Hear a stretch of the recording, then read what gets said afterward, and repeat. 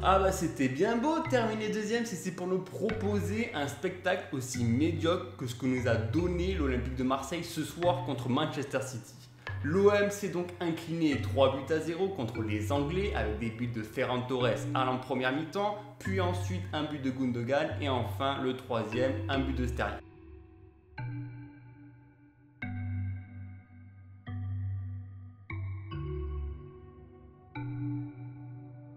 Revenons petit à petit sur ce qui n'a pas marché du côté de Marseille et ce qui n'a pas marché du côté de Marseille. Donc d'abord par rapport à la composition, on a vu que Villas-Boas a réfléchi assez longtemps par rapport à mettre en place une défense à 5. On a vu que c'était très bien pensé puisque Guardiola a du mal contre un bloc défensif très resserré. On l'a vu que Manchester City avait du mal contre Wolverhampton, Leicester ou encore West Ham qui avaient toutes trois un bloc à 5 derrière.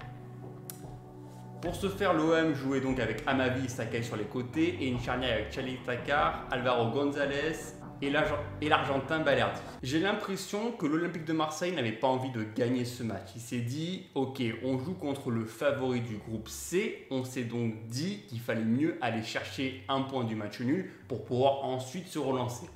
Et ça, c'est une mauvaise stratégie. Tu sais très bien qu'en Ligue des Champions, contre des grosses équipes de gros calibre, tu ne peux pas défendre à 5 derrière. Même si tu sais que ça peut fonctionner, tu peux essayer d'aller jouer le 0-0, mais de temps en temps, il faut que tu arrives à gérer tes phases de transition et arriver à essayer de faire un contre-pressing pour se projeter plus en avant. L'erreur qu'il a faite, c'est qu'il n'a pas utilisé d'ailier pendant toute la rencontre. Il a donc décidé d'aligner Thauvin et Radonjic dès le départ. Donc c'était un petit peu en rôle d'avant-centre qui était là peut-être pour essayer de casser les lignes et d'essayer de prendre les profondeurs sur des ballons longs, de longs dégagements de Mandanda ou de la défense centrale. Mais finalement, ça n'a jamais fonctionné. Moralité, en première période, un seul tir est à noter et ce uniquement à la 41e minute et c'était un tir hors de la surface. C'est bientôt trop pauvre. Tu joues en Ligue des Champions, tu dois jouer ton va-tout, tu dois vraiment jouer ta stratégie. Il faut vraiment que tu te donnes à 200%.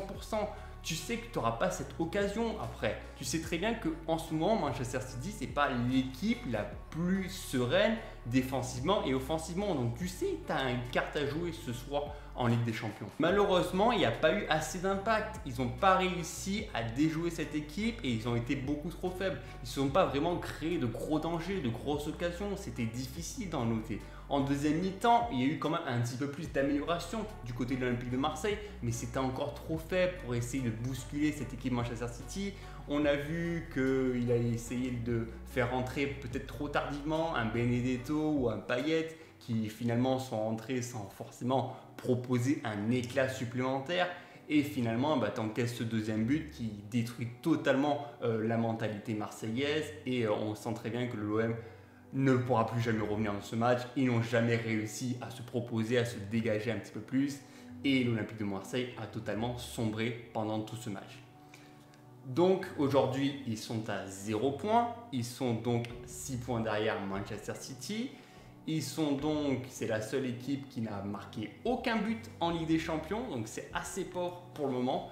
Et j'ai encore du mal à me projeter, je n'arrive même pas à savoir s'ils vont pouvoir réussir à choper cette troisième place qualificative pour l'Europa League. Je vais maintenant parler de Manchester City, c'est une équipe que je suis depuis le début de la saison. J'ai vu une première mi-temps où ils essayaient, pourquoi pas, de se projeter. Mais je pense qu'aussi c'est dû aussi à la faiblesse de l'adversaire.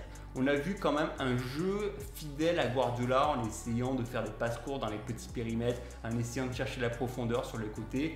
Et ensuite, ils ont su profiter, on va dire, de l'erreur de Rongier en milieu de terrain qui a distribué parfaitement De Bruyne et qui, De Bruyne, avec son intelligence de jeu, a pu centrer directement en première intention vers Ferran Torres pour donner ce premier but. Et je pense que ce premier but leur a un petit peu donné de la confiance, un petit peu plus de la sérénité. On sait qu'ils ont besoin de marquer un premier pour vraiment se sentir bien au cours du match. Après, ils n'ont pas été mis grandement en danger. La défense, Ruben Dias et Laporte n'a pas été mise à mal par cette équipe marseillaise.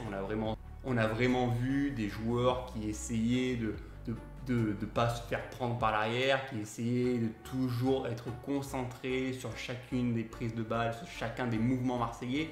Donc Manchester City a su contrôler la balle lorsqu'ils étaient en train de mener 1-0. En deuxième mi-temps, on a senti encore une fois que Manchester City commençait à ralentir sans forcément trouver de solution, sans forcément être beaucoup plus créatif. On a vu des joueurs qui commençaient à ralentir.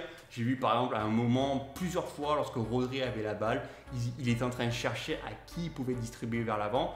Et en réalité, à chaque fois, il distribuait vers l'arrière. Enfin, il y avait pas mal de difficultés par rapport à ça. Et je pense que c'est un des gros problèmes de Manchester City depuis le début de la saison. Donc voilà, c'était un petit débriefing par rapport à ma vision de ce que j'ai pu voir ce soir entre les deux équipes, entre deux équipes qui sont pas très bien en championnat, j'ai envie de te dire, qui sont pas très en forme aussi au niveau du jeu, mais finalement c'est le favori qui remporte ce match contre, on va dire, un revenant en Ligue des Champions. Je ne sais pas comment l'Olympique de Marseille va pouvoir se relever d'un tel résultat. Est-ce qu'ils vont pouvoir aller chercher cette troisième place? En tout cas, il va falloir directement penser à ce double confrontation contre Porto et essayer d'aller obtenir des points pour, pourquoi pas, mettre à mal les Portugais. Voilà, n'hésitez pas à me dire dans les commentaires ce que vous avez pensé de ce match. Pensez-vous vraiment que l'Olympique de Marseille avait un coup à jouer ce soir? N'hésitez pas non plus à vous abonner, à liker la vidéo, et nous on se retrouve dès demain où on parlera donc des pronostics du Paris Saint-Germain contre le club turc d'Istanbul. On parlera également du Stade Rennais contre le Séville FC, et ensuite on aura aussi dans l'après-midi le top 10 des meilleurs milieux défensifs. Je sais que cette vidéo l'attendait. Allez, salut!